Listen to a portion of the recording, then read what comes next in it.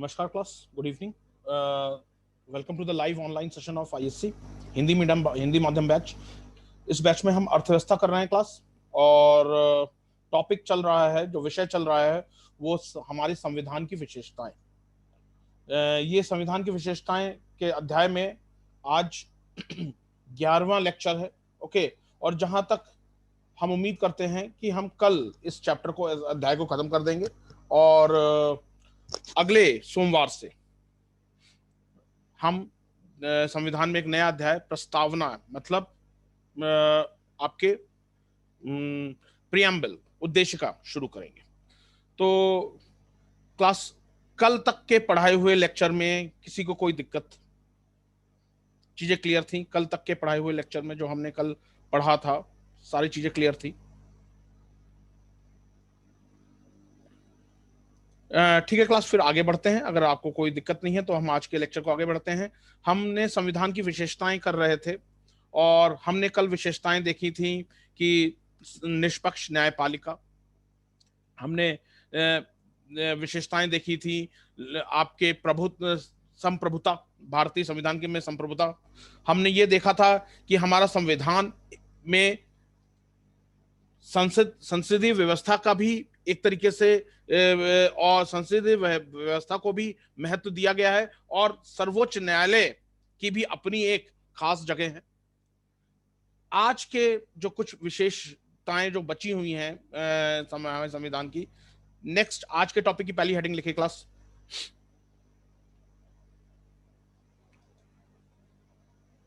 लोकतांत्रिक गणराज्य। लोकतांत्रिक गणराज्य,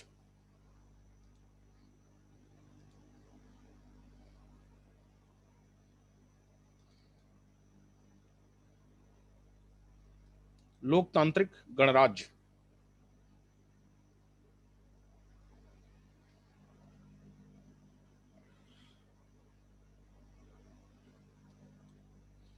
अब लोकतांत्रिक गणराज्य, इसको हम अगर इसका इंग्लिश में इसका वो करें, ट्रांसलेशन करें, तो डेमोक्रेटिक रिपब्लिक। ओके, लोकतंत्र तो आपने लोकतंत्र के शब्द से तो विदित है, मतलब लोकशाही, डेमोक्रेसी, प्रजातंत्र, जहां जनता अपने वोटों के द्वारा, चुनाव के द्वारा अपने प्रतिनिधियों को चुनती है, और वो जनता के बिहाफ पे कानून बनाता है। गणराज्य, गण मतलब जनता, जनता का राज्य। ओके, गण राज्य, गण मतलब जनता, ओके, और राज्य मतलब यहां जनता ही सर्वोपरि है। गणराज्य का मतलब दो अर्थ है गणराज्य से, जो भारत के संविधान में दे रखा विदित है। गणराज्य के दो अर्थ हैं। पहला अर्थ है, गणराज्य का मतलब है कि हमारे के यहां कोई वंशानुगत शासन नहीं है। हमारे के यहां बाकायदा चुनावी प्रक्रिया से जनता के द्वारा प्रत्यक्ष या अप्रत्यक्ष रूप से निर्वाचित प्रतिनिधि ही सत्ता पे बैठते हैं और हमारे लिए कानून बनाते हैं। ये हमारे क्या गणराज्य का पहला मतलब है। मतलब जैसे हमारे क्या सर्वोच्च जो व्यक्ति है, जो हमारे क्या कार्यपालिका का सर्वोच्च व्यक्ति महामहिम राष्ट्रपति हैं, तो महामहिम राष्ट्रपति का भी चुनाव अप्रत्यक्ष रूप से जनता द्वारा होता है। हम लोकसभा में चुने निर्वाचित प्रतिनिधियों को भेजते हैं, विधानसभा में अपने निर्वाचित प्रतिनिधियों को भेजते हैं, तो वो निर्वाचित प्रतिनिधि विधानसभा और लोकसभा में मिल करके राष्ट्रपति का चुनाव करते हैं। तो पहला मतलब ये हो गया कि जो सर्वोच्च जो हमारे के यहाँ जो सीट है कार्यपालिका की, वो भी चुनी हुई सीट है, कोई वंशानुगत नहीं है। दूसरा, भारत में सारे पद, भारत में सारे पद में एक बार पुनः मेरिट आधारित है। उसमें कोई वंशानुगत नहीं बैठेगा। मतलब कहने का मतलब यह है, कोई आईएएस का बेटा आईएएस के लिए के पद पे बैठने के लिए उसे यूपीएससी का एग्जाम देना पड़ेगा, और उसे एक जो प्रोसीजर है, जो नियमावली है, उसके हिसाब से उसके पद मिलेगा। जैसे पुराने समय में, मध्यकालीन में, या आपके प्राचीन भारत में, या प्राचीन यूरोप, मध्यकालीन यूरोप में आपके एरिस्टोक्रेसी होती थी। जो संभ्रांत वर्ग के लोग होते थे, वो वंशानुगत होते थे कि अगर पिता मंत्री है तो पुत्र भी मंत्री होगा। यहां भारत की जितनी भी हमारे देश में राजनीति या राज व्यवस्था, या आपके जितनी भी शासन की जितनी भी पद हैं, उसके अपने नियम कानून है। वंशानुगत कोई पद नहीं है। अगर मंत्री का बेटा मंत्री बनता है, जो कि बन सकता है, जनता अगर चुन के आएगी तो वो मंत्री बन जाएगा। पर ऐसा कोई नहीं हो सकता कि मैं मंत्री हूं तो मेरा बेटा भी मंत्री होगा, क्योंकि भारत में क्या है? गणराज्य है। भारत एक गणराज्य है। गण प्लस राज्य। गण मतलब जनता। समझ में आ गया इस? कोई डाउट तो नहीं? ओके, लिखिए बस।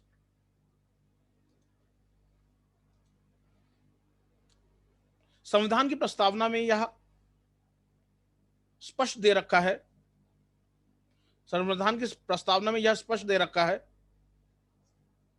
कि भारत एक लोकतांत्रिक गणराज्य होगा।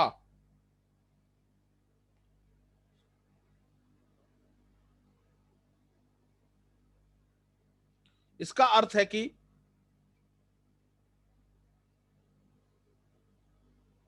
इसका अर्थ है कि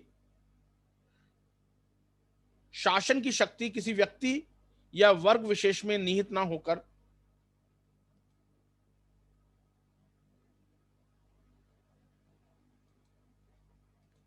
शासन की शक्ति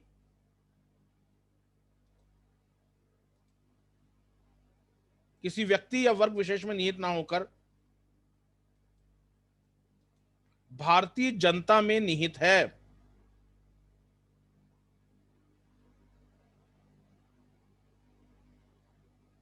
भारतीय जनता में निहित है।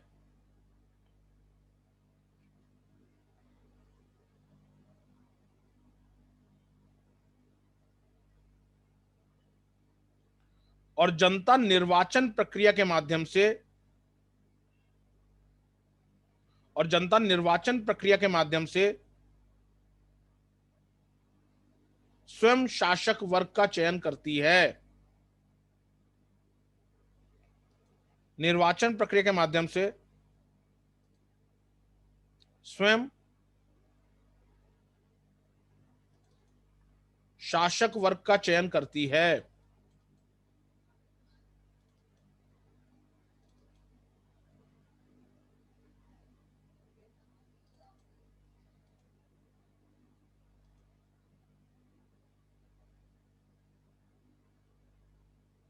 का चयन करती है।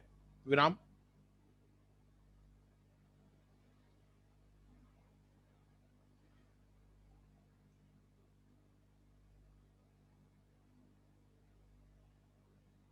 भारतीय राज्य का गणतंत्रात्मक स्वरूप इससे स्पष्ट हो जाता है। भारतीय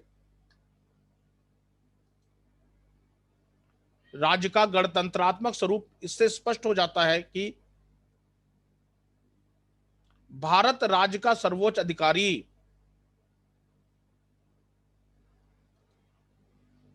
भारत राज्य का सर्वोच्च अधिकारी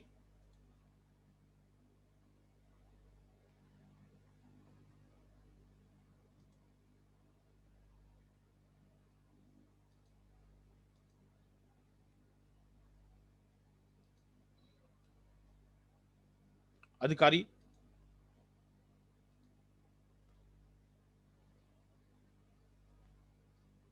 राष्ट्रपति राष्ट्रपति वंशानुगत राजा ना होकर वंशानुगत राजा ना होकर वंशानुगत राजा ना होकर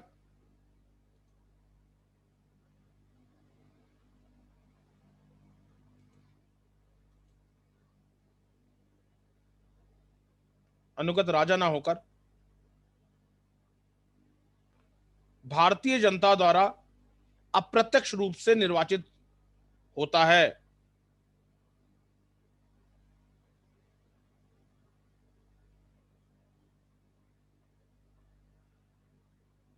भारतीय जनता द्वारा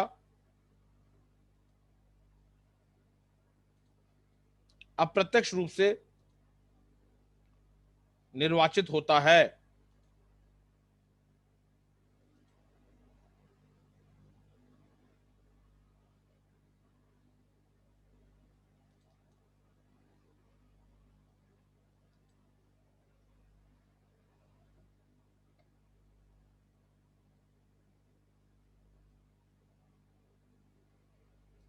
अप्रत्यक्ष रूप से निर्वाचित होता है, विराम।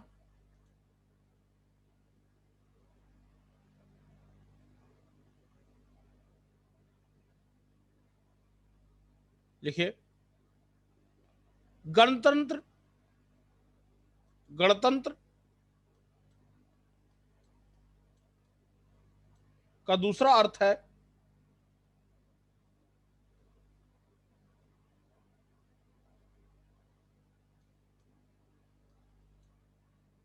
गणतंत्र का दूसरा अर्थ है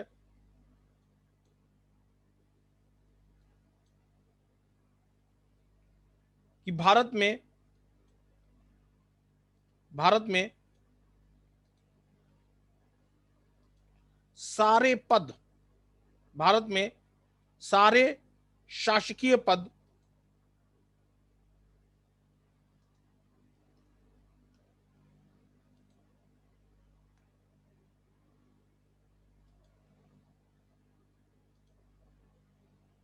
भारत में सारे शासकीय पद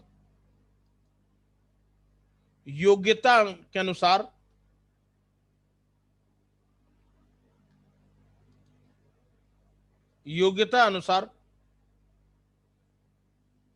भरे जाएंगे, ना कि कुलीनता के आधार पर, ना कि कुलीनता के आधार पर।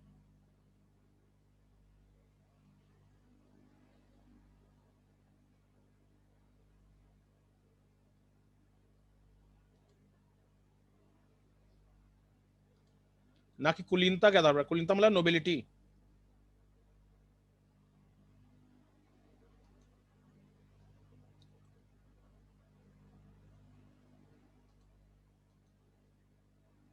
कुलीनता के आधार पर।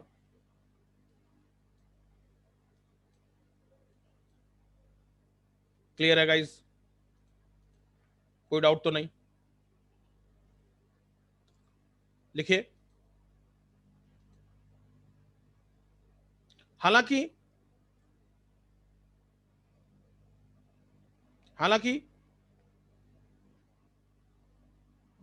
ब्रिटेन से हमने संसदीय व्यवस्था ब्रिटेन से हमने संसदीय व्यवस्था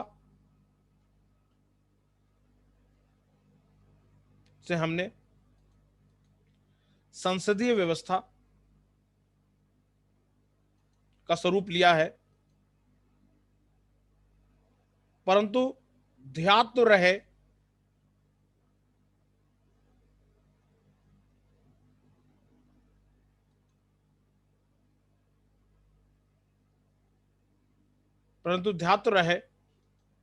कि ब्रिटेन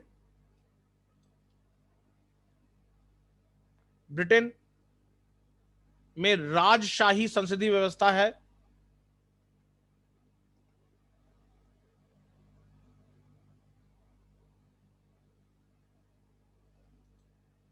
ब्रिटेन में राजशाही संसदीय व्यवस्था है,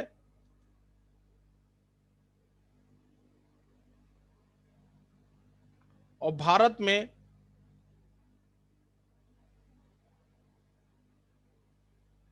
में यह यह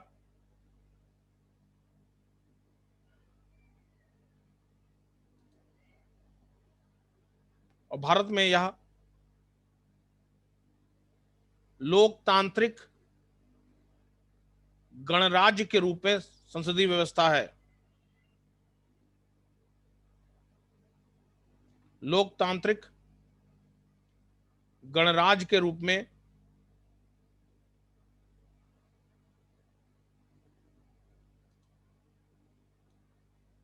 संसदीय व्यवस्था है।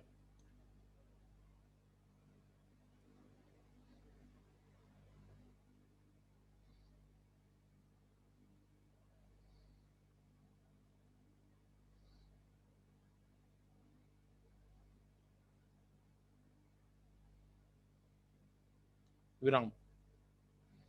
क्लियर है गाइस? कोई डाउट तो नहीं?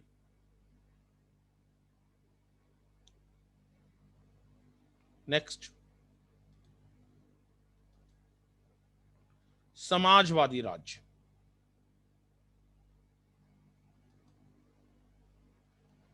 समाजवादी राज्य मतलब सोशलिस्ट स्टेट।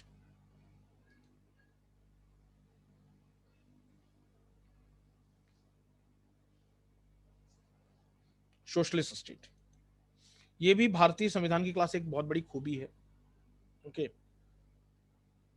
जब भारत आजाद हुआ था तो भारत में हम कह सकते थे कि संसाधनों का बंटवारा सही तरीके से नहीं था।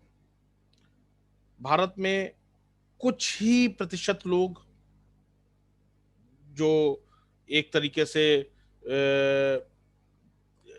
हम कह सकते हैं काफी धनी थे, ओके, वैभव संपन्न थे, पर भारत की अधिकांशतः जनता एक तरीके से धन विहीन और गरीबी में जीवन बसर कर रही थी। तो इन सबको ध्यान में रखते हुए हमारे जो संविधान निर्माता रहे हैं उन्होंने भारतीय संविधान में समाजवाद के जो तत्व थे वो कई जगह उन्होंने डाले। समाजवाद का जो सबसे बड़े हम उदाहरण देते हैं भारत के जो संविधान में विद्यमान है वो है राज्य के नीति निर्देशक तत्व। ये ध्यान दीजिएगा क्लास कि भारत के मूल संविधान में समाजवाद शब्द नहीं था। भारत के मूल संविधान में संविधानवाद का जो शब्द है वो आगे चल के प्रस्तावना में डाला गया, ओके, जो कि 42वें संविधान संशोधन द्वारा डाला गया।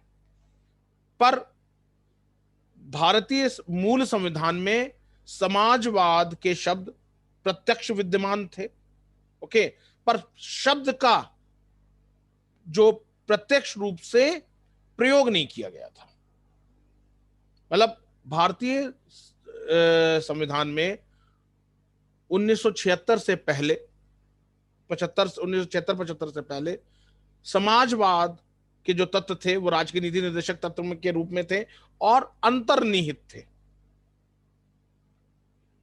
प्रस्तावना में समाजवाद के शब्द को डाल करके 42वें संविधान संशोधन द्वारा डाल करके हमारे संविधान निर्माताओं या हमारे जो संसद ने समाजवाद को भारतीय संविधान में समाजवाद को प्रत्यक्ष रूप से स्थापित कर दिया कि सरकार का सबसे बड़ा दायित्व होगा कि भारत में एक बराबरी की समाज की स्थापना करना जहां पे संसाधनों पे किसी का एकाधिकार ना हो, संसाधनों का बराबर से बंटवारा हो। इसको ध्यान में देखते हुए हमारे के यहाँ जो संविधान निर्माता थे उस समय संवैधानिक सभा में कई बार यह बहस भी चली कि भारत देश को कैसे समाजवाद की जरूरत है, क्योंकि उस समय समाजवाद कई तरीके रूप में चल रहा था। एक समाजवाद होता है जो कम्युनिस्ट या साम्यवादी आपके शक्ति से या साम्यवादी विचारों से प्रेरित रहता है, और एक समाजवाद होता है जो कि प्रजातांत्रिक विचारों से प्रेरित रहता है। साम्यवादी जो समाजवाद होता है वो उसमें तत्कालीन यूएसएसआर में था, जहां पे निजी क्षेत्र को कुछ भी छूट नहीं थी, हर चीज सरकारी थी। इसके उलट भारत ने प्रजातांत्रिक समाजवाद लिया, डेमोक्रेटिक सोशलिज्म लिया, जिसमें हमने मिश्रित अर्थव्यवस्था ली, जहां पे निजी और सरकारी दोनों क्षेत्र को को एग्जिस्टेंस या साथ में सहजीवन के लिए आगे बढ़ाया गया।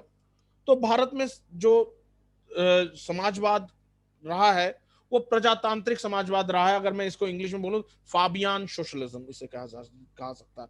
Democratic socialism, Fabian socialism. Clear है गाइस? ओके, देखिए क्लास।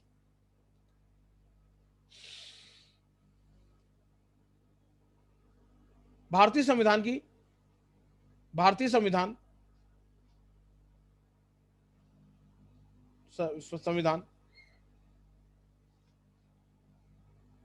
में कई प्रावधान ऐसे हैं, भारतीय संविधान में कई प्रावधान ऐसे हैं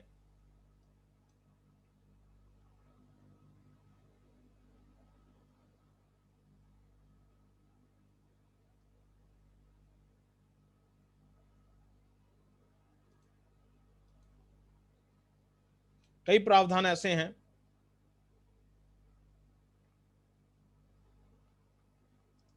जो हमारे जो हमारे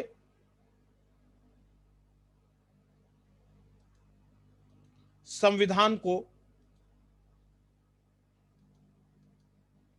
समाजवादी स्वरूप देते हैं, संविधान को समाजवादी स्वरूप देते हैं।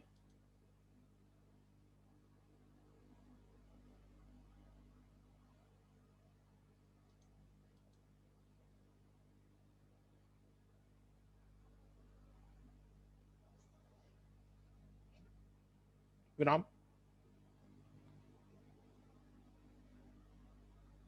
हालांकि समाजवाद हालांकि समाजवाद शब्द समाजवाद शब्द हमारे मूल संविधान में नहीं था, हमारे मूल संविधान में नहीं था। समाजवाद शब्द को समाजवाद शब्द को 42वें संविधान संशोधन 1976 द्वारा 42वें संविधान संशोधन 1976 द्वारा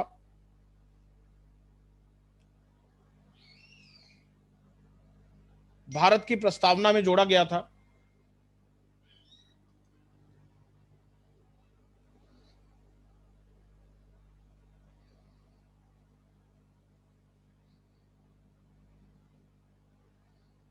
भारत की प्रस्तावना में जोड़ा गया था।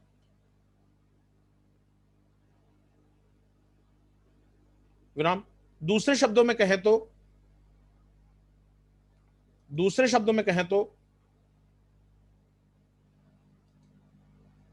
42वें संविधान संशोधन द्वारा 42वें संविधान संशोधन द्वारा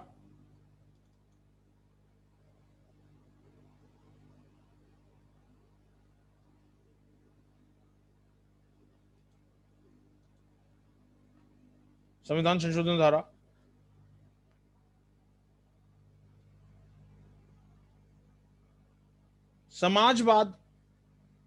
समाजवाद जो संविधान में अंतर्निहित था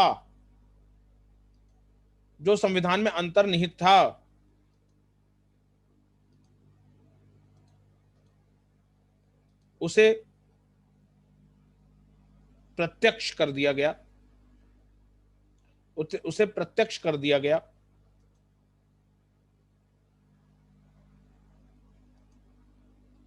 विराम।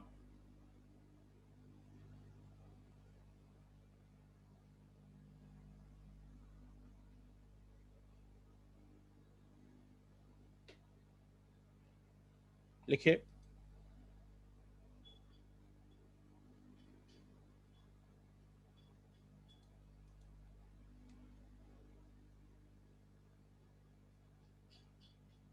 बयालीसवें संविधान संशोधन 1976 से पहले 42वें संविधान संशोधन 1976 से पहले भारतीय संविधान में वर्णित राज्य के नीति निर्देशक तत्व, राज्य के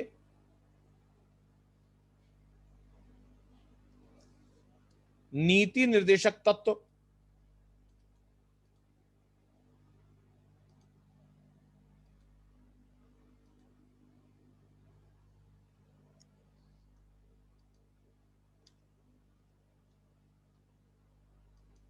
भारतीय संविधान को, भारतीय संविधान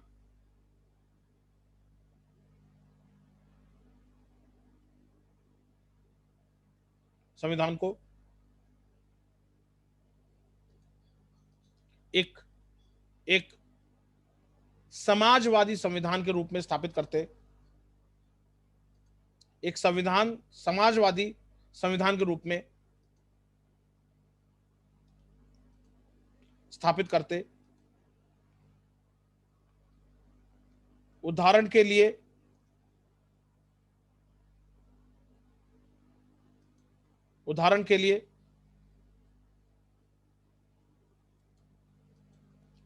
राज्य के नीति निर्देशक तत्व में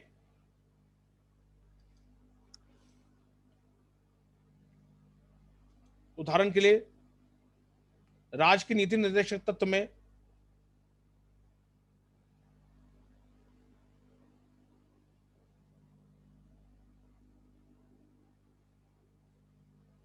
अनुच्छेद 38 यह साफ करता है, अनुच्छेद 38 यह साफ करता है 38 कि राज्य कल्याण की अभिवृद्धि के लिए, राज्य कल्याण की अभिवृद्धि के लिए सामाजिक व्यवस्था बनाएगा, राज्य कल्याण की अभिवृद्धि के लिए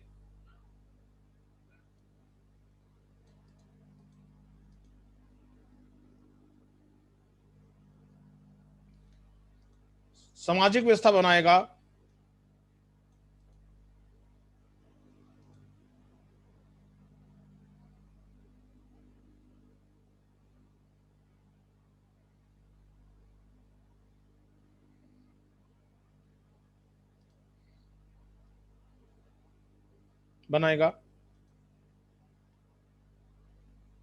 जिससे नागरिक को सामाजिक, आर्थिक एवं राजनीतिक न्याय मिलेगा,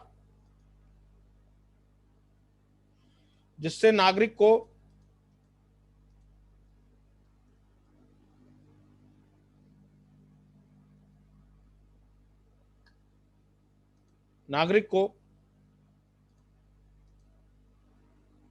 सामाजिक, आर्थिक एवं राजनीतिक न्याय मिलेगा।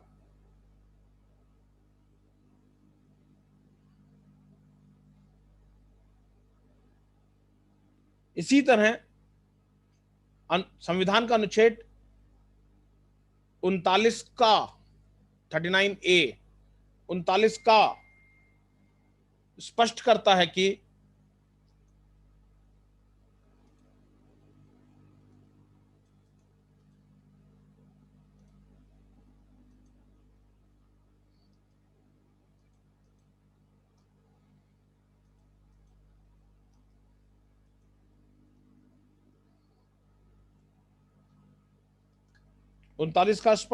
कि राज्य समान न्याय और निशुल्क विधिक सहायता, राज्य समान न्याय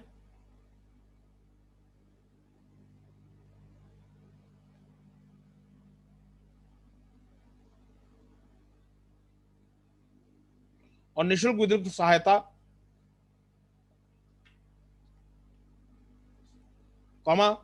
समान कार्य के लिए समान वेतन, समान कार्य के लिए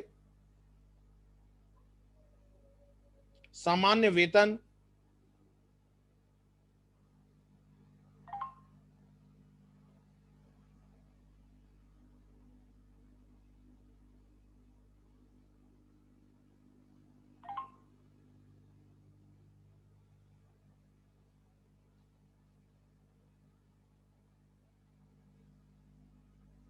कार्य के लिए समान वेतन की व्यवस्था भी करेगा।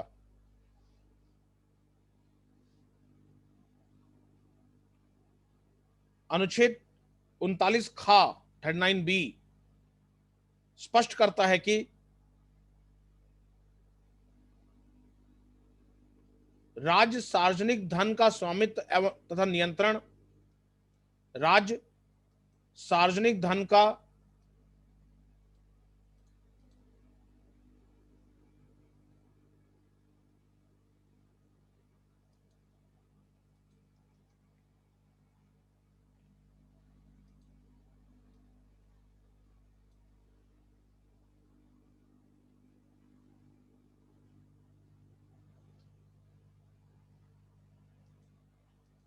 सार्वजनिक धन का स्वामित्व एवं नियंत्रण इस प्रकार करेगा कि सार्वजनिक हित का सर्वोत्तम साधन हो सके।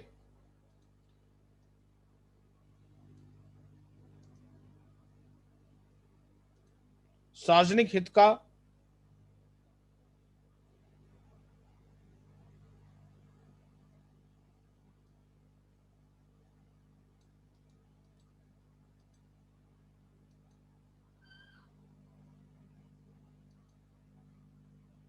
सार्वजनिक हित का सर्वोत्तम साधन हो सके।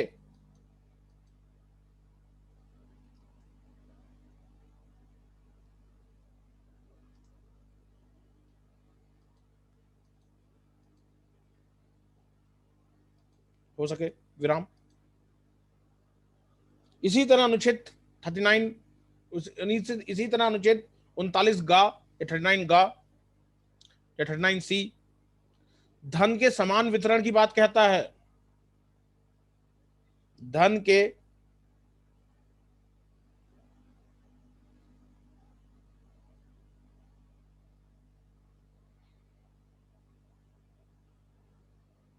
धन के समान वितरण की बात कहता है।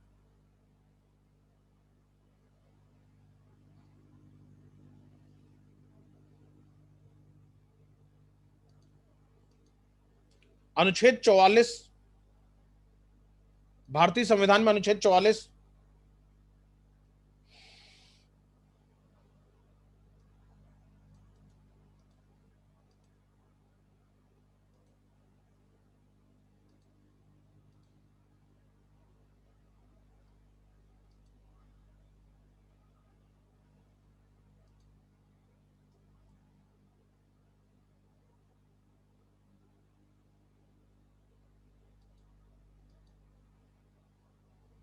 अनुच्छेद 44 राज्य से सभी नागरिकों के लिए एक समान सिविल आचार संहिता की वकालत करता है। एक समान सिविल आचार संहिता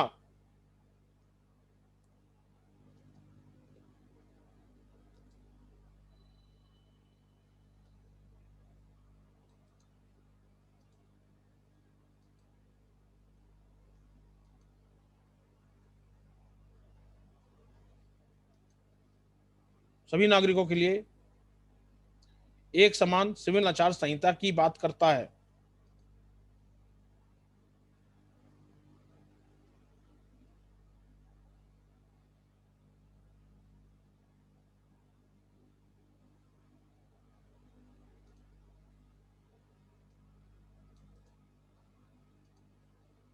विराम।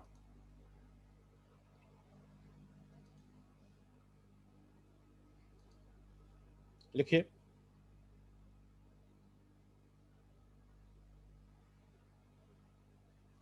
Next paragraph. ध्यात रहे कि ये सारे अनुच्छेद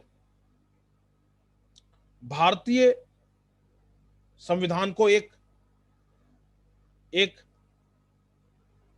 आदर्श समाजवादी संविधान के रूप में स्थापित करते हैं। भारतीय संविधान को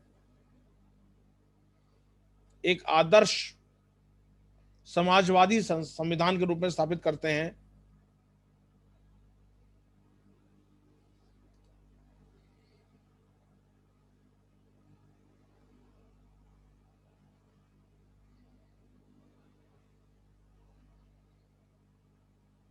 करते हैं विराम। नेक्स्ट लाइन, भारत ने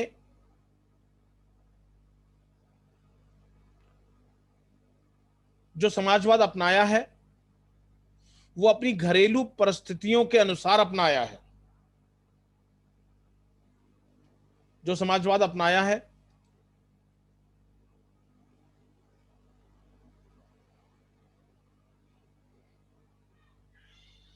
वो अपनी घरेलू परिस्थिति के अनुसार अपनाया है। विराम, भारत में लोकतांत्रिक समाजवाद है। भारत में लोकतांत्रिक समाजवाद है।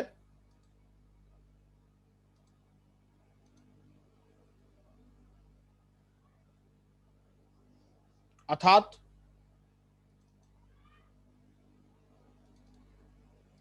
अर्थात यहां उत्पादन और वितरण के साधनों पर उत्पादन और वितरण के साधनों पर निजी और सार्वजनिक दोनों क्षेत्रों का अधिकार है। निजी और सार्वजनिक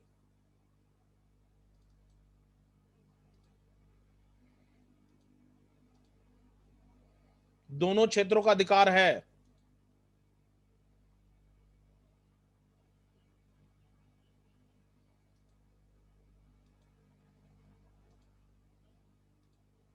सार्वजनिक दोनों क्षेत्रों का अधिकार है।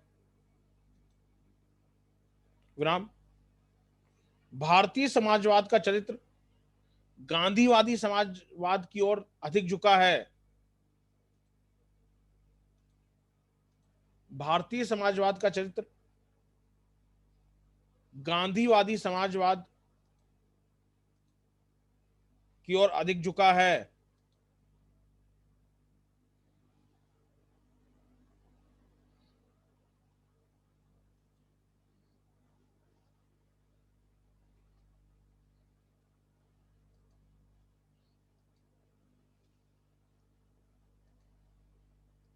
अधिक झुका है जिसका उद्देश्य जिसका उद्देश्य अभाव, उपेक्षा और अवसरों की असमानता का अंत करना है। अभाव, उपेक्षा एवं अवसरों की असमानता का अंत करना है। अभाव, उपेक्षा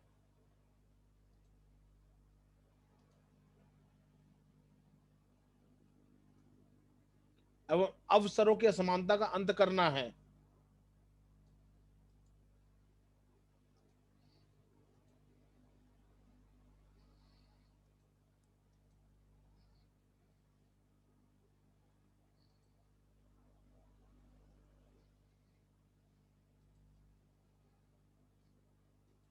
विराम,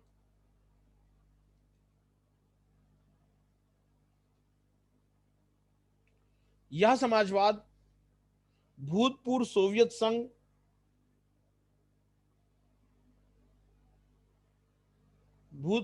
संघ, चीन तथा अन्य चिर परिचित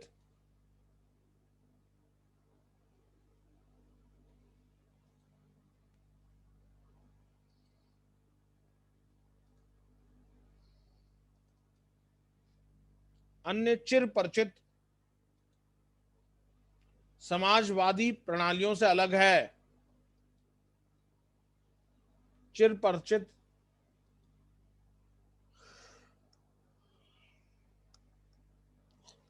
समाजवादी प्रणालियों से अलग है।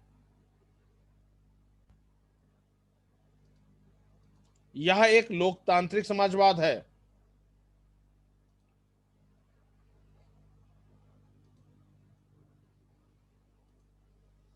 यह एक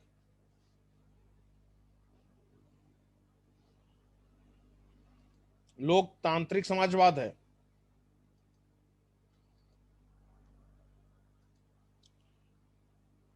इसलिए यह भारतीय संविधान की एक खास विशेषता है।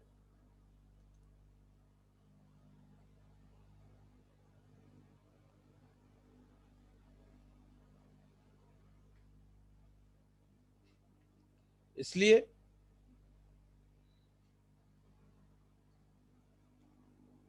ये भारतीय संविधान की एक खास विशेषता है। समझ में आ गया गाइस? गणराज्य समझ में आ गया, समाजवाद समझ में आ गया, कोई डाउट तो नहीं?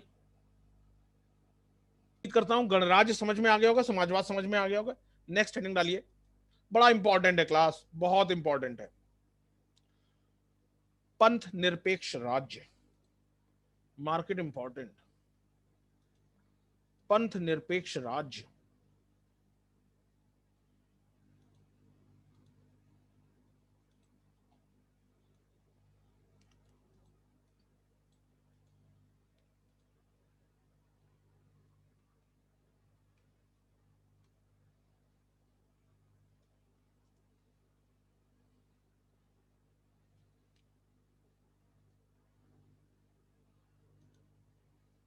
पंथ निरपेक्ष राज्य, ध्यान रखिएगा क्लास। हमारा संविधान पंथ निरपेक्ष है, धर्म निरपेक्ष नहीं है, पंथ निरपेक्ष है। हमारे संविधान में सभी धर्म को बराबर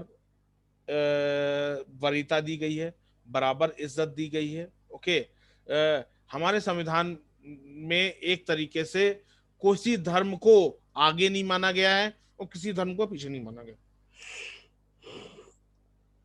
संविधान में, संविधान की दृष्टि से सारे धर्म बराबर हैं। ओके, अब इस पे बहस हो सकती है कि जो शासन में होते हैं उनकी विचारधारा क्या है, उस पे वो अलग बात है। पर संविधान में एक तरीके से जो कही गई है वो पंथ निरपेक्ष है। संविधान सभी धर्म, संविधान में ऐसे बहुतेरे प्रावधान हैं जहां पे पंथ निरपेक्ष की बात साफ स्पष्ट झलकती है। वो किसी धर्म को तरजीह नहीं देता। हम सब जानते हैं कि भारत में मेजॉरिटी मतलब हिंदू धर्म का है, पर फिर भी यहाँ पे अल्पसंख्यक भी उतने ही सुरक्षित हैं जितने की बहुसंख्यक। और अल्पसंख्यक को सुरक्षा की दृष्टि को और बढ़ाते हुए संविधान ने उनके लिए विशेष प्रावधान दे रखे हैं। तो पहले हम ये समझेंगे कि ये पंथ निरपेक्ष राज्य होता क्या है। ओके, ये पंथ निरपेक्ष क्या होता है। ओके, और ध्यान रखिएगा क्लास, भारत का संविधान पंथ निरपेक्ष है और यूरोप के कुछ देशों का संविधान धर्म निरपेक्ष है। तो प्रियंका, आप बताओगे कि पंथ निरपेक्ष और धर्म निरपेक्ष में भिन्नता क्या होती है?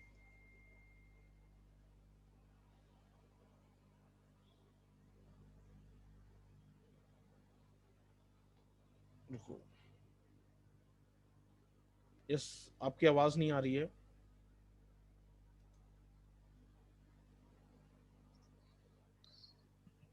बोलिए। सर हाँ हमें पहले भी कुछ पूछना था, हम अनम्यूट नहीं कर पा रहे थे। हाँ, अब बोलिए बोलिए बोलिए। सर पंथ निरपेक्ष यानी जहाँ सभी धर्मों को समान दर्जा दिया गया, मतलब कुछ ऊपर नहीं नीचे नहीं, मतलब सब कोई। सारे जी। संविधान की दृष्टि में सभी धर्म बराबर हैं। हाँ, ठीक है। और धर्म निरपेक्ष, सर, चलो कोई बात नहीं। कोई और बताना चाहेगा? नेगी साहब।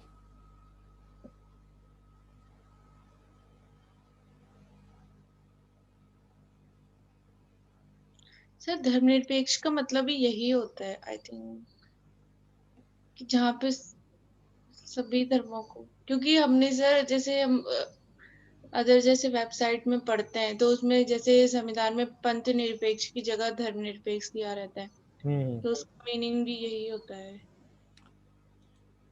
देखिए, जो अगर जैसे हम देखा जाए, हम यूरोप के संविधानों को देखते हैं एक तरीके से, यूरोप के कुछ देशों के संविधान में देखते हैं, वो धर्म के प्रति न्यूट्रल होते हैं। धर्म के प्रति न्यूट्रल होते हैं, धर्म निरपेक्ष। धर्म के प्रति न्यूट्रल है, मतलब उनके लिए धर्म जीरो है।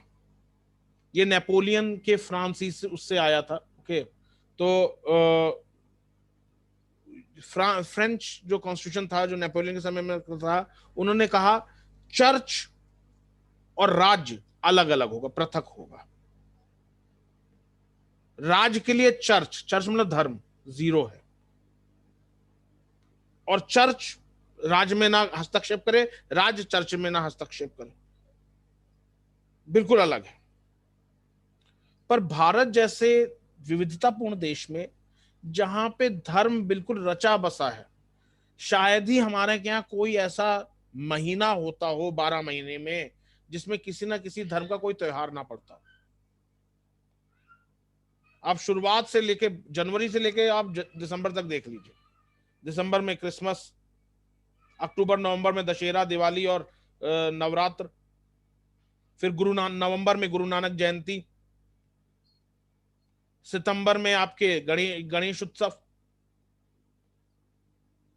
अगस्त में आपके बकरीद, जुलाई में ईद।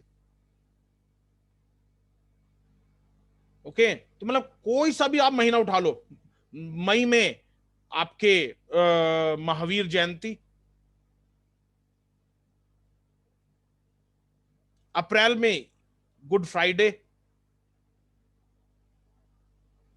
मार्च में होली, फरवरी में आपके वसंत पंचमी और भी त्योहार, जनवरी में आपके एक तरीके से मकर संक्रांति। तो मतलब ये तो मैंने एक हल्का फुल्का चीज बता दी कि मतलब मैंने आपको पूरे 12 महीने के 12 त्योहार बता दिए जिसमें अलग अलग धर्म को। तो क्लास, भारत इतनी विविधतापूर्ण देश है, इतने सारे त्योहार हैं, तो यहाँ पे सरकार या राज्य धर्म के प्रति न्यूट्रल नहीं रह सकता।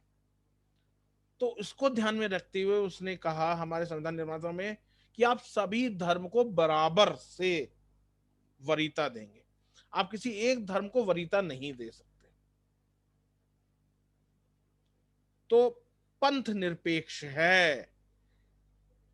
समझ में आया क्लास? ओके, तो पहले देख लेते हैं कि चीजें क्या हैं।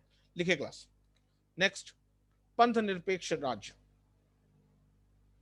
भारत का संविधान भारत को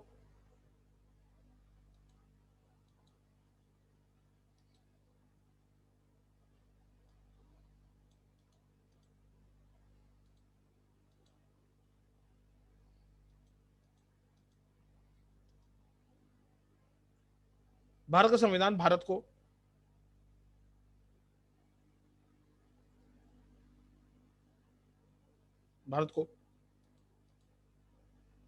एक पंथ निरपेक्ष राज्य बनाता है।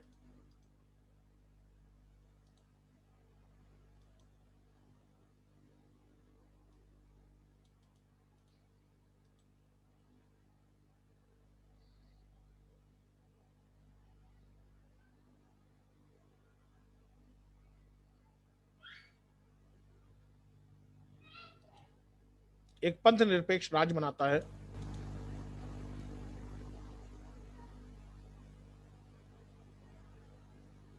विराम।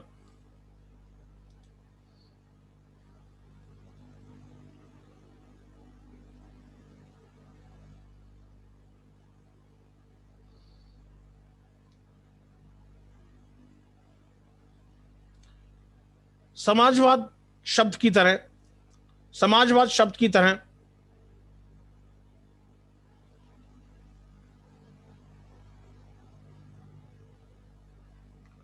धर्मनिरपेक्ष, धर्मनिरपेक्ष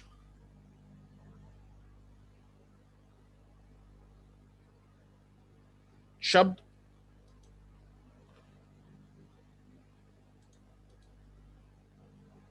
धर्मनिरपेक्ष शब्द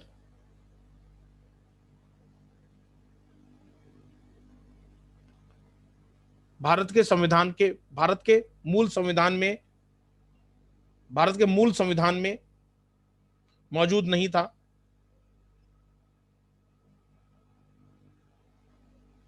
मौजूद नहीं था।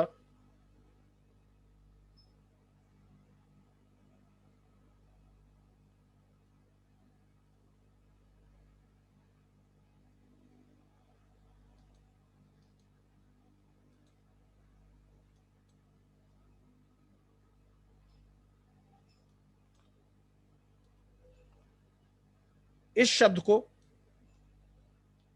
शब्द को हमारी प्रस्तावना में 42वें संविधान संशोधन 1976 द्वारा जोड़ा गया।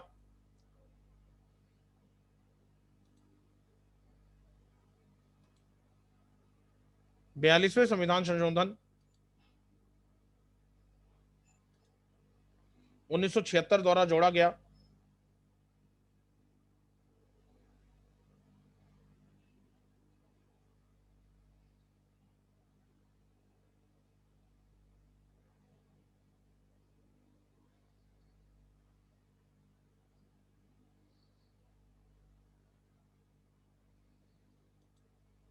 जोड़ा गया। विराम। हालांकि समाजवाद की तरह ही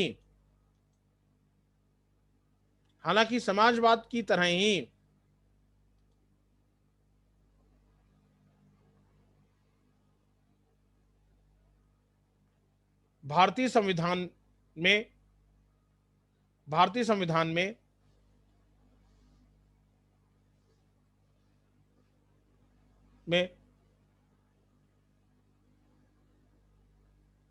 धर्मनिरपेक्षता या पंथ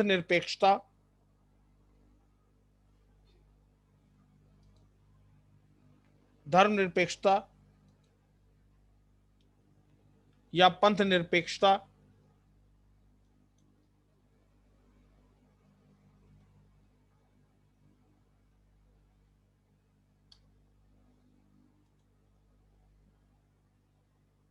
के अवयव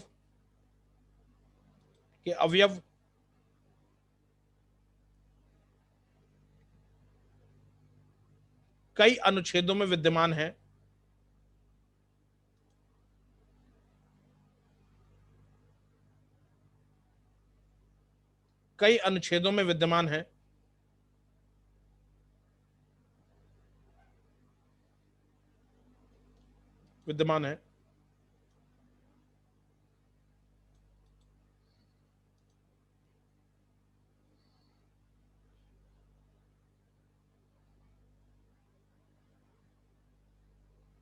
उदाहरण के लिए संविधान के भाग 3 में वर्णित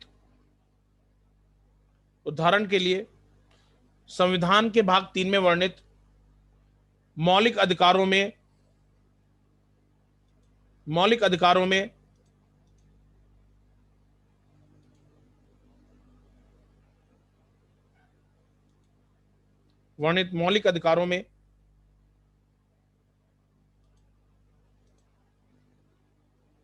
धार्मिक स्वतंत्रता के अधिकार अनुच्छेद 25 से अनुच्छेद 28 तक अनुच्छेद 25 से अनुच्छेद 28 तक प्रत्यक्ष रूप से दृष्टिगोचर होते हैं। प्रत्यक्ष रूप से दृष्टिगोचर होते हैं।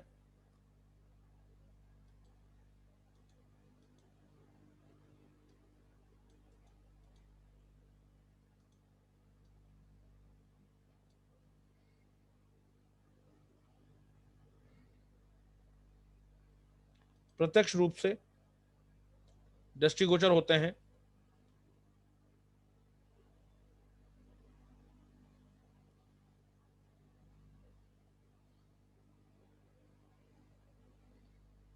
विराम। इसके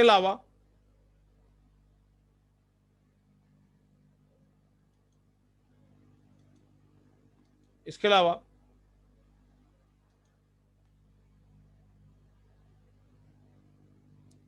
विभिन्न और अनुच्छेद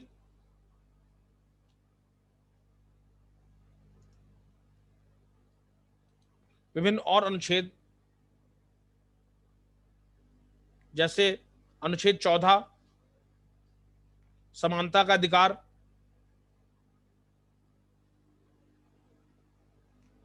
अधिकार, भी भारतीय संविधान को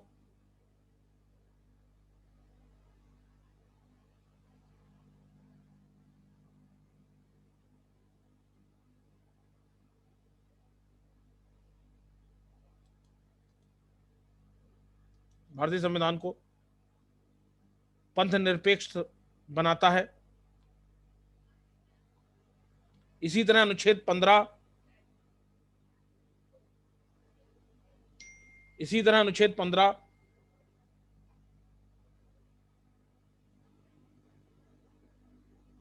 विधि के समक्ष समता की बात करता है। विधि के समक्ष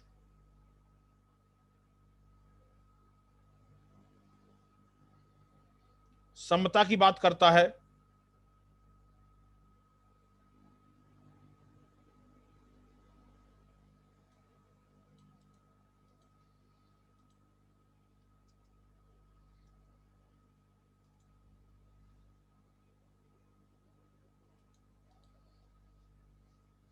विधि के समता की बात करता है, अर्थात विधि के लिए सभी नागरिक बराबर हैं।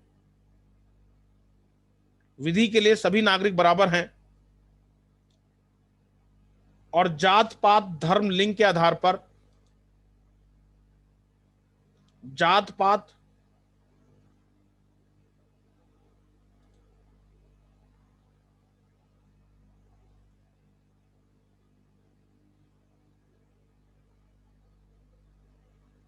धर्म लिंग के आधार पर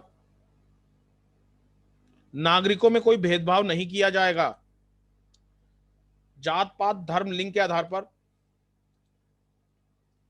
नागरिकों में कोई भेदभाव नहीं किया जाएगा।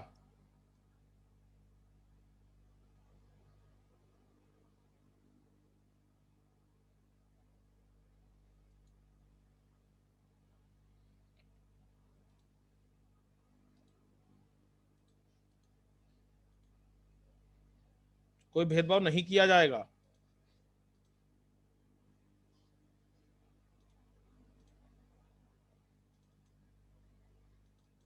विराम। इसी तरह भारतीय संविधान में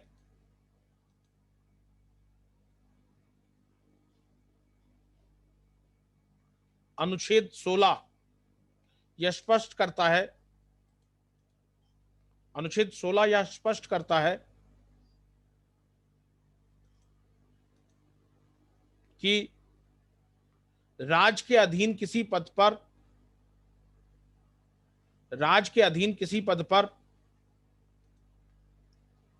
नियोजन या नियुक्ति से संबंधित विषयों में, नियोजन या नियुक्ति से संबंधित विषयों में सभी नागरिकों के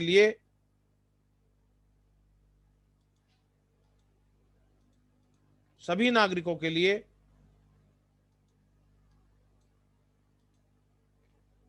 समान अवसर प्रदान होंगे, समान अवसर प्रदान होंगे।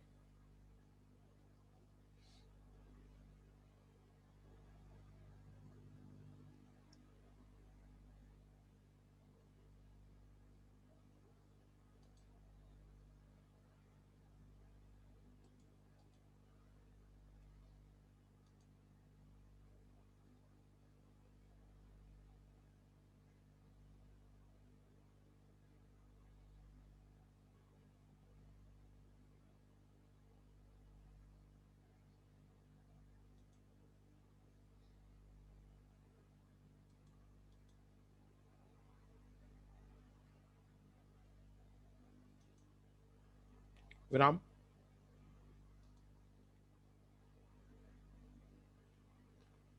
देखिए,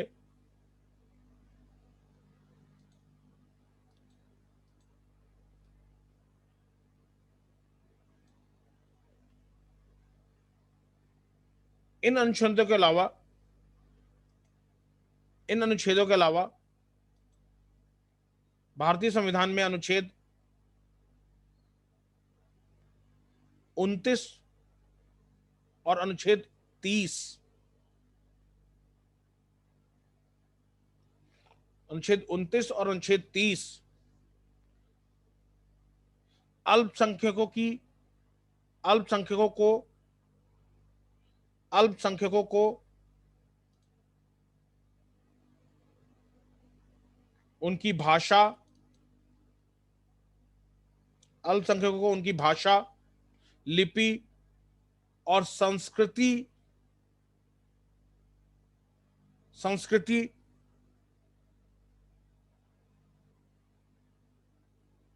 को संरक्षण देने की बात करता है, संस्कृति को संरक्षण देने की बात करता है।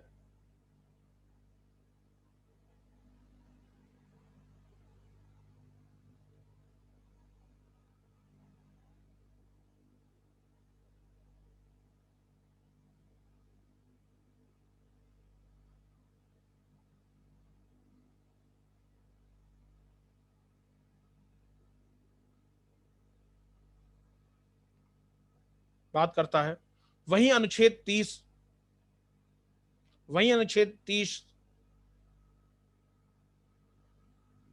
देश में धार्मिक या भाषाई अल्पसंख्यकों को, वही अनुच्छेद 30 देश में भाषाई या धार्मिक अल्पसंख्यकों को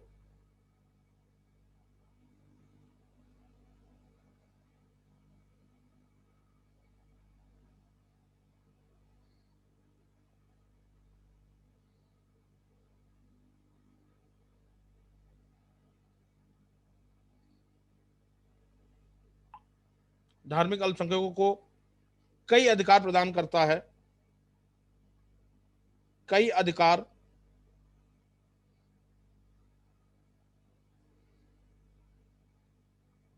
प्रदान करता है।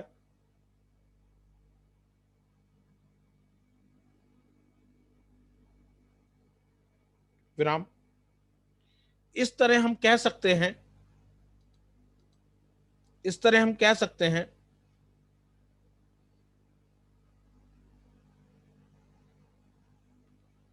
कि भारतीय संविधान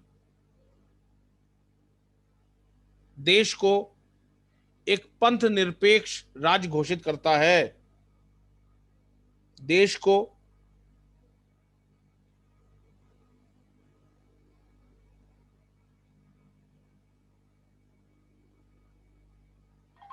एक पंथ निरपेक्ष राज्य घोषित करता है।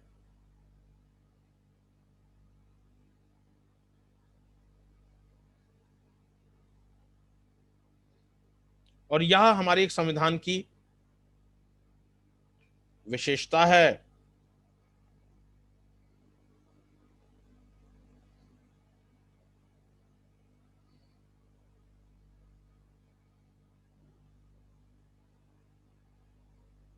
संविधान की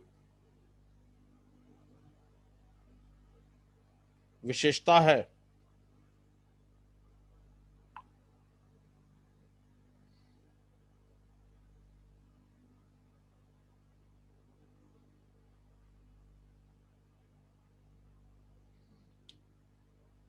विराम। किसी को कोई डाउट गाइस? चीजें क्लियर है? हाँ बोलिए। आपको अपने आप को अनम्यूट करना पड़ेगा।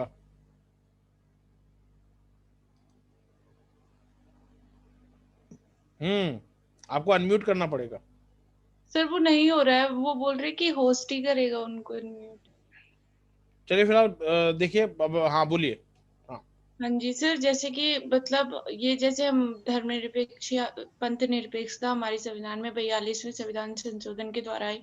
फिर ये पहले क्यों नहीं थी? क्योंकि हमारे देश का बंटवारा तो धर्म के आधार पे ही हुआ था, और धर्म। जब ये आर्टिकल्स में था ओके, तो फिर इसे चलिए मतलब ठीक है, प्रस्तावना में लाने की चलिए क्या ठीक जरूरत? है, अच्छा क्वेश्चन है, बहुत बढ़िया क्वेश्चन है।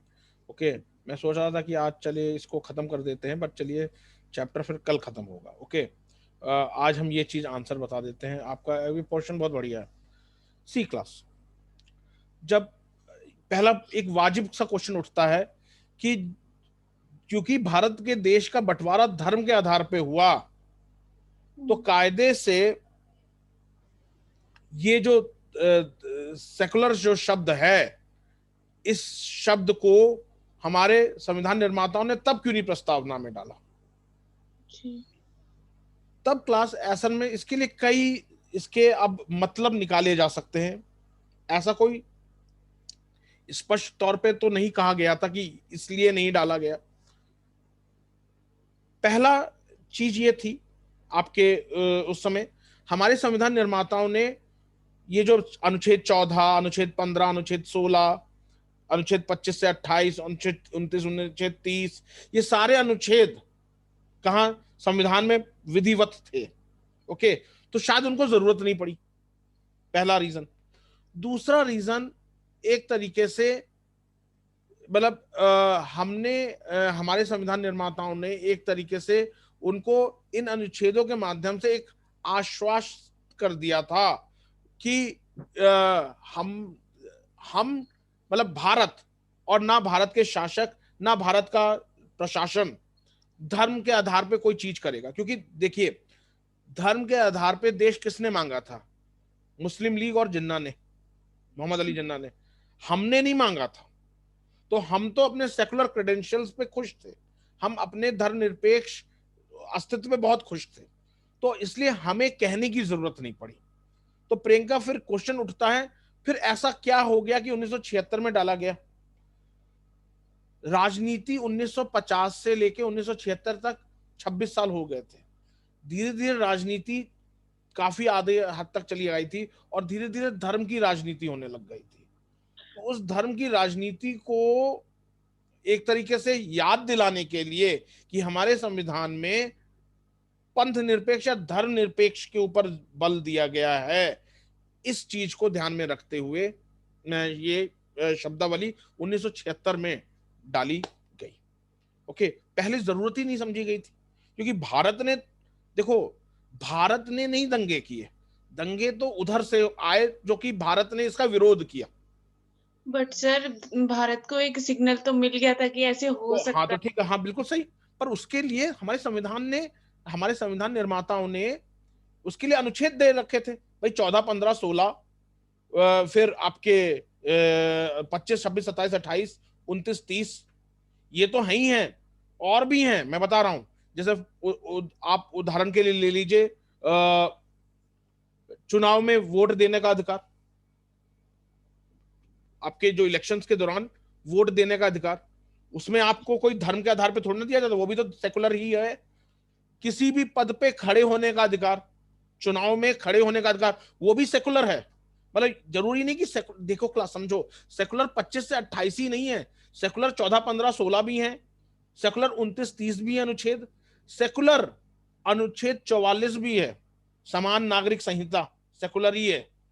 सेकुलर अनुच्छेद जो 326 से लेके जो इलेक्शंस का प्रोविजन है वो भी सेकुलर है। सेकुलर में जो राष्ट्रपति के पद पे निर्वाचित होना भी सेकुलर है, क्योंकि धर्म के आधार पर थोड़ा निर्वाचन होता है, या कोई भी पद, कोई भी हो, हिंदू हो मुस्लिम हो, एपीजे अब्दुल कलाम भी तो खड़े हुए। ओके, तो हमारे संविधान में ऐसे प्रावधान थे जो कि हमारे संविधान निर्माता को जरूरत ही नहीं समझी कि इस चीज को देना। पर 26 साल तक राजनीति होने में आगे में ऐसे तत्व आ चुके थे, विद्यमान हो चुके थे राजनीति में, सक्रिय राजनीति में, जिनको याद दिलाने की जरूरत थी कि भैया भारतीय संविधान का जो गठन हुआ है, निर्माण हुआ है, वो न्यूट्रल रूप में हुआ है, वो धर्म को तरजीह देकर, वरीयता देकर नहीं हुआ। तो इसलिए बाद में डाला गया। समझ में आ गया गाइस? क्लियर है गाइस? ओके, तो क्लास कल इस चैप्टर का अंतिम लेक्चर होगा, कल ये चैप्टर खत्म हो रहा है। ओके, पढ़ लीजिएगा, उम्मीद कर रहा हूं पढ़ लीजिएगा। और आपको बता दूं,